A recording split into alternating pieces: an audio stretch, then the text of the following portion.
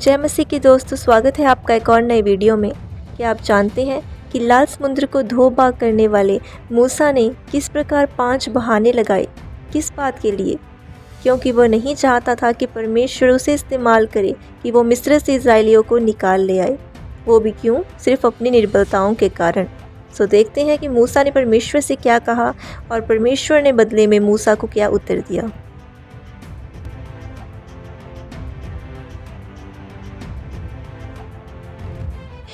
आज बहुत बार ऐसा होता है कि परमेश्वर हमें अपने कामों के लिए इस्तेमाल करना चाहते हैं, लेकिन हम अपनी निर्बलताओं के कारण वह काम नहीं करना चाहते। जो जिम्मेदारी परमेश्वर हमें देते हैं हम उनसे भागते हैं, हम बहुत से बहाने लगाते हैं। ठीक वैसे ही मूसा ने भी 5 बहाने ऐसे लगाए कि वह नहीं चाहता था कि परमेश्वर उसे इस्तेमाल करे। वह चाहता था कि परमेश्वर किसी और को इस काम के लिए इस्तेमाल करे, लेकिन परमेश्वर ने जिससे काम करवाना है उससे करवा ही लेना है। इसलिए आज हम भी बहुत से बहाने लगाते हैं, लेकिन हमें उन बहानों से ऊपर उठकर परमेश्वर की इच्छा को पूरा करना चाहिए।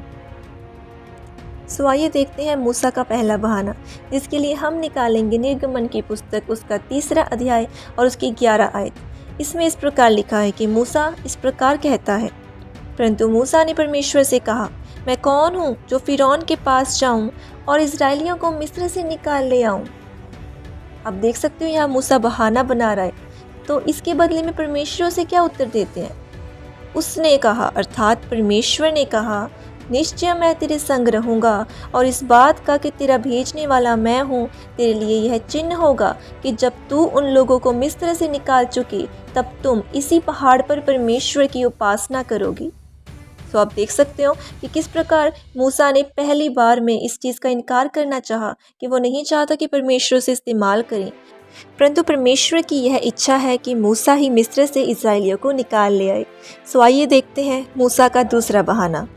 इसके लिए हम पढ़ेंगे 13 आयत के हाफ से हम देखेंगे, तब यदि वे मुझसे पूछें उसका क्या नाम है तब मैं उनको क्या बताऊं।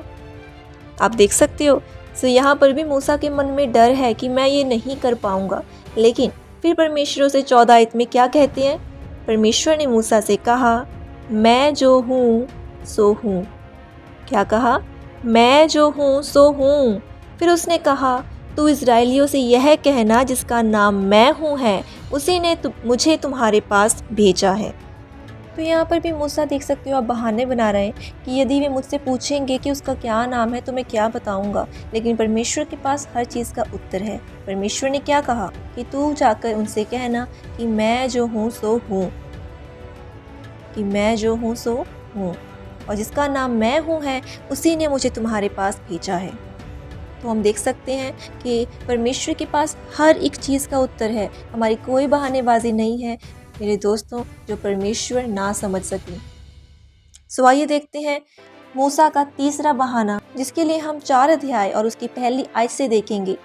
तब मूसा ने उत्तर दिया, वे मेरा विश्वास नहीं करेंगे और ना मेरी सुनेंगे, वरन कहेंगे यहोवा ने तुझको दर्शन नहीं दिया। आप देख सकते हो, तो यहाँ पर भी मूसा के मन में एक और नया डर आया है। क्या है ये डर? कि जब वे इजरायलियों को परमेश्वर के बारे में बताएगा तब वे उसका विश्वास नहीं करेंगे। सो उसके मन में एक और डर, एक और नए भय ने जन्म लिया। लेकिन परमेश्वर के पास हर चीज़ का सॉल्यूशन है। तो यहोवा ने उससे कहा, तेरे हाथ में यह क्या है?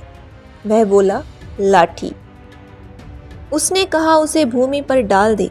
जब उसने उसे भूमि पर डाला तब वह सांप बन गई और मूसा उसके सामने से भागा।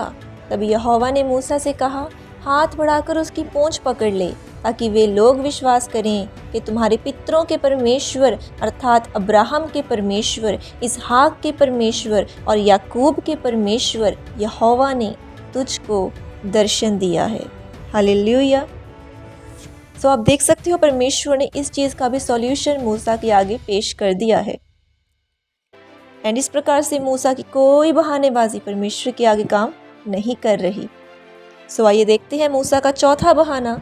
10वीं आयत से हम देखेंगे, मूसा ने यहोवा से कहा, हे मेरे प्रभु, मैं बोलने में निपुण नहीं, ना तो पहले था और न जब से तू अपने दास से बातें करने लगा। मैं तो मुंह और जीभ का बद्दा हूँ। हालेलुया। सो अब क्या बहाना आया कि प्रभु मुझसे नहीं बोला जाएगा। लेकिन यहोवा ने इस चीज़ का बहुत ही बेस्ट उत्तर दिया। तो सुनिए परमेश्वर ने क्या कहा। 11वीं आयत से हम देखते हैं, यहोवा ने उससे कहा, मनुष्य का मुंह किसने बनाया है, और मनुष्य को गूंगा या बहरा या देखने वाला या अंधा मुझ यहोवा को छोड़ कौन बनाता है। अब जा, मैं तेरे मुख के संग होकर जो तुझे कहना होगा मैं तुझे सिखलाता जाऊंगा। हालेलुया। सो देखिए किस प्रकार परमेश्वर ने इस चीज़ में मूसा का साथ दिया कि जो तुझे कहना होगा मैं तेरे साथ तुझे सिखलाता जाऊंगा। हालेलुया। सो अब हम देखेंगे मूसा का आखिरी बहाना, और हम देख सकते हैं कि इस आखिरी बहाने में किस तरह से दिल की बात मूसा के जो दिल में थी वो उसके लबों पर आ ही गई। और हम 13वीं आयत से पढ़ते हैं, उसने कहा, हे मेरे प्रभु, कृपया किसी और को तू भेज। हालेलुया। ये जो बात थी, क्या परमेश्वर नहीं जानते थे कि ये बात उसके दिल में पहले से ही थी, लेकिन वो बहाने लगा रहा था। वो नहीं चाहता था कि परमेश्वर उसे भेजे। उसने बहुत सी बहाने लगाई, लेकिन जब उसने देखा कि परमेश्वर के सामने कोई बहाना नहीं चल रहा तो उसने अपने दिल की बात परमेश्वर से कह दी। तो जब हम बहाने पे बहाना लगाते जाते हैं तो ये संभव बात है कि परमेश्वर का कोप हम पर भड़क सकता है। तो यहाँ जब हम देखते हैं कि मूसा ने आखिरी बहाने में क्या कहा कि हे मेरे प्रभु, तू कृपया किसी और को तू भेज। उसके दिल की बात उसके लबों पर थी, लेकिन यहोवा का कोप मूसा पर भड़का और उसने क्या कहा। उसने कहा, क्या तेरा भाई लेवी हारून नहीं है? मुझे निश्चय है कि वह बोलने में निपुण है और वह तुझसे भेंट के लिए निकला आता है और तुझे देखकर मन में आनंदित होगा। इसलिए तू उसे ये बातें सिखाना, और मैं उसके मुख के संग और तेरे मुख के संग होकर जो कुछ तुम्हें करना होगा मैं तुमको सिखलाता जाऊंगा। मैं तेरी ओर से लोगों से बातें किया करेगा, वह तेरे लिए मुँह और तू उसके लिए परमेश्वर ठहरेगा। और तू इस लाठी को हाथ में लिए जा और इसी से इन चिन्हों को दिखाना। सो हम देखते हैं कि किस प्रकार मूसा का कोई बहाना परमेश्वर के आगे नहीं चला, क्योंकि परमेश्वर की यही भली इच्छा थी कि मूसा ही इज़राइलियों को मिस्र से निकाल ले आए, जिस कारण अंत में यहोवा का कोप मूसा पर भड़का और परमेश्वर ने साफ साफ कह दिया कि मूसा ही और उसका भाई हारून उसके संग जाएंगे, जिससे वह इज़राइलियों की अगुवाई करेंगे और मिस्र से इज़राइलियों को निकाल ले आएंगे, क्योंकि परमेश्वर ने जो काम जिससे करवाना है वह करवाना ही है। आज हम बहुत से बहाने लगाते हैं कि परमेश्वर मुझसे ये नहीं होगा, मुझसे वो नहीं होगा, मैं ऐसा नहीं कर सकता, मैं वैसा नहीं कर सकता। लेकिन परमेश्वर ने आपको बनाया है, परमेश्वर ने हमें बनाया है। जब परमेश्वर ने हमें बनाया है और कोई काम की जिम्मेदारी हमें दी है तो हमारा यह फ़र्ज़ है कि बिना किसी हम बहानेबाजी के परमेश्वर के उस काम में परमेश्वर का सहयोग करें। लेकिन आज हम बहाने लगाते हैं। सो मेरे दोस्तों, आज बहानेबाजी को छोड़िए, क्योंकि अगर आप उस बहानेबाजी से ऊपर उठकर परमेश्वर के साथ चलेंगे तो परमेश्वर आपको मूसा की तरह बहुत आगे लेके जाएंगे। हालेलुया। सो ये थे मूसा के 5 बहाने। सो वीडियो अच्छी लगी हो तो लाइक, शेयर एंड सब्सक्राइब करना बिल्कुल ना भूलें। जय मसीह की।